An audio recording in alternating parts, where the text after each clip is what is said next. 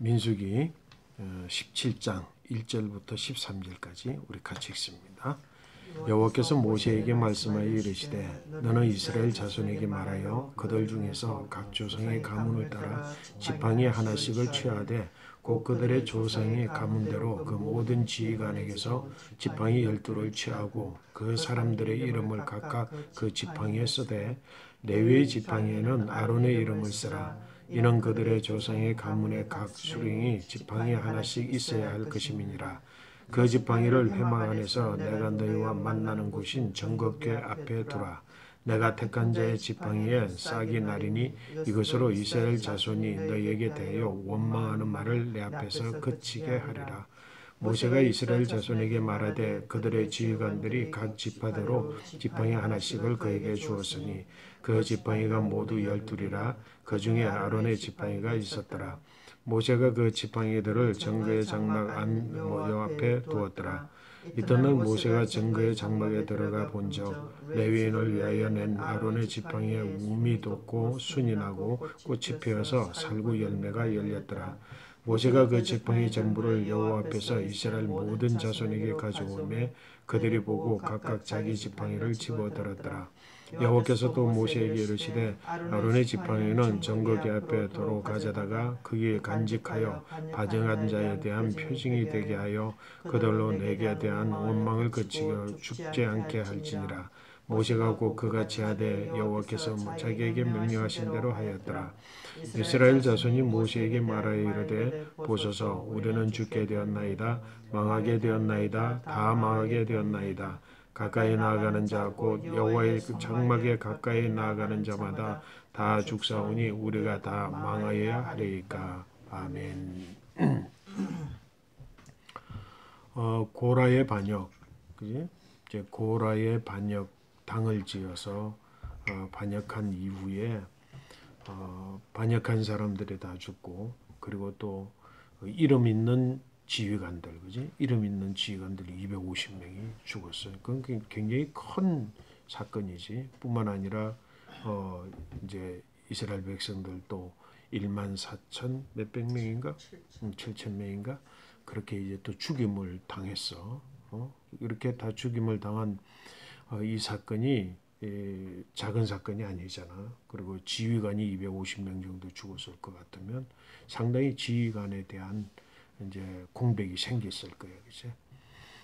이와 같이 이제 당을 짓고 원망하게 된 그 근거는 그 지휘권에 대한 도전이잖아, 그지? 공동체에 있어서 지휘권에 대한 도전은 이렇게 엄청난 일이고, 그로 인하여서 또 이제 지휘권이 상당히 이제 손상을 입었잖아, 그지?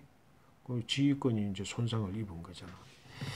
지휘자에 대하여서 주어진 권위가 있는데 그 권위가 이제 손상됐으니까 하나님께서 오늘 이제 그 사건 이후에 모세에게 이야기하시는 거야. 너희에게 이제 온 이스라엘 회중들에게 또 이제 하나님이 소위 말하는 이제 퍼포먼스지, 그지? 하나님 퍼포먼스를 준비해서 할 때가 많아. 이스라엘 온 백성들에게 뭔가 교육을 시킬 때에는 눈으로 직접 보게 하고 그리고 그게 행동, 무슨 퍼포먼스를 행함으로 인해서 그 마음에 집중해서 그 마음에 새기도록 그렇게 하잖아. 이제 하나님께서 이제 준비하신 퍼포먼스가 오늘 이 이야기야. 뭐를 하기 위해서? 지휘권을 다시금 회복하기 위해서. 그래서 이제 여호와께서 모세에게 이야기하기를 자손에게 이스라엘 자손들에게 말해라. 너희들 중에 지파에 한 지파에 하나씩 지휘관들이 그게 이제 지팡이를 가지고 각 지파의 지팡이들을 한데 모으라 그랬어. 그리고 아론의 지팡이도 한데 모아서 12지파와 더불어서 함께 이제 지팡이 13개가 되는 것이, 그치? 지팡이를 한데 그래서 그 모든 지팡이들을 하나님의 정거궤, 하나님이 거하시는 거룩한 성소의 정거궤가 있잖아. 그 하나님의 정거궤 앞에다가 그 지팡이를 놔두라고. 그래서 지팡이를 놔두고 그런데 이제 그 지팡이에 각 지파의 대표들을 한 명씩 새롭게 선정한다는 거지. 그 새롭게 선정한다는 건 뭐야? 250명이 죽은 이후에 새로운 지도자들을 이제 지파마다 세우라는 뜻이잖아, 그치? 그래서 세우고 그 지팡이에다가 뭐를 썼어? 이름을 썼어. 자기의 이제 이름을, 그 지휘관의 이름을, 이제 또 지파의 이름을, 지파장의 이름을 썼어. 그리고 이제 아론의 지팡이에는 아론이라고 이렇게 쓰고, 그 지팡이를 썼으니까 이건 그냥 하나님이 단순히 지팡이에 시험하는 거 이제는 뭐야? 무너진 지휘권을 지파별로 지휘권을 세우는 거잖아. 조직을 세우는 거니까 지휘권을 세우고, 그리고 그 지휘권들을 세운 지휘권들의 지팡이를 모아가지고 정극계 앞에 두어서 하나님이 인정하시는 지휘권이 누구에게 있는지를 보여주시기 위해서 이제 정극계 앞에 두어라. 그리고 이제 이스라엘 백성들에게 이제 정극계를 두라고 한 목적이, 또 다른 목적이 있는데 그게 바로 5절 말씀이에요. 5절 우리 같이 한번 읽어볼까요? 내가 택한 자의 지팡이에는 싹이 나리니 이것으로 이스라엘 자손이 너희에게 대하여 원망하는 말을 내 앞에서 그치게 하리라. 뭐를 없애기 위해서? 원망하는 말을 그치게 하기 위해서. 이 지파의 대표들은 누가 세운 거지? 각 지파의 대표들은 각 지파별로 대표로 세운 거야. 그지? 그리고 하나님이 내가 지정하여 세운 지도자가 누구인지를, 내가 인정하는 지도자가 누구인지를, 예? 내가 이제 이것을 보이리니 그 보이는 목적은 뭐라고? 이제는 다시는 원망하지 못하도록 원망을 그치게 하기 위해서다. 원망이라고 하는 것은 이스라엘 백성들이 출애굽하면서 지금까지 계속 되어지는 거야. 그 원망은 끝이 없는 거지, 그렇지? 상황이, 어떤 상황이 벌어지면 이 해결되어서 이제는 우리 가운데 원망이 없습니다 그러지만 사실은 그보다 더 깊은 상황이 빠져들게 되면 더 깊은 상황에서는 또 다시 원망이 되는 거예요. 그 원망은 끊임없이 뿌리가 똑같았어, 그렇지? 그 뿌리가 똑같았단 말이에요. 그러니까 이제는 완전히 원망을 딱 끝을 내기 위해서 하나님께서 이렇게 말씀을 하신 거지, 그렇지? 그래서 이제 원망을 없이 하라. 원망하는 말을 내 앞에서 그치게 하리라. 그래 이제 모든 지파들이 그대로 해서 그 다음에 이제 보니까 이튿날 하루가 지났어. 그래 이제 온 회중들이 굉장히 이제 관심이 가겠지, 그지? 야, 하나님께서 인정하신, 하나님이 지정하여 세우신 지파가 도대체 어느 지파냐? 자기 지파들 대표를 딱 세워놓고 그 대표가 이름을 써가지고 지팡이가 올라갔으니까 관심들을 다 가지겠지, 그지? 집중해서 관심들을 가지는데 모세가 딱 가지고 나와서 각 지팡이들을, 자기 지휘관들이 자기 지팡이를 딱딱 가져가는데 아무런 변화가 없지. 근데 남아있는 누구의? 아론의 지팡이에서 싹이 나고 어떻게 돼서 8절 말씀해 보니까 레위 아론의 지팡이에 우미 돋고 순이 나고 꽃이 피어서 살구 열매가 열린 거야. 그 꽉꽉 마른 아론의 지팡이에 그 우미 돋고 싹이 나고 살구의 열매가 열린 것을 보고 이제는 뭐라고? 이스라엘 백성들에게 10절 말씀 같이 읽습니다. 여호와께서 또 모세에게 이르시되 아론의 지팡이는 정극계 앞으로 도로 가져다가 크기 간직하여 반역한 자에 대한 표징이 되게 하여 그들로 내게 대한 원망을 그치고 죽지 않게 할지니라.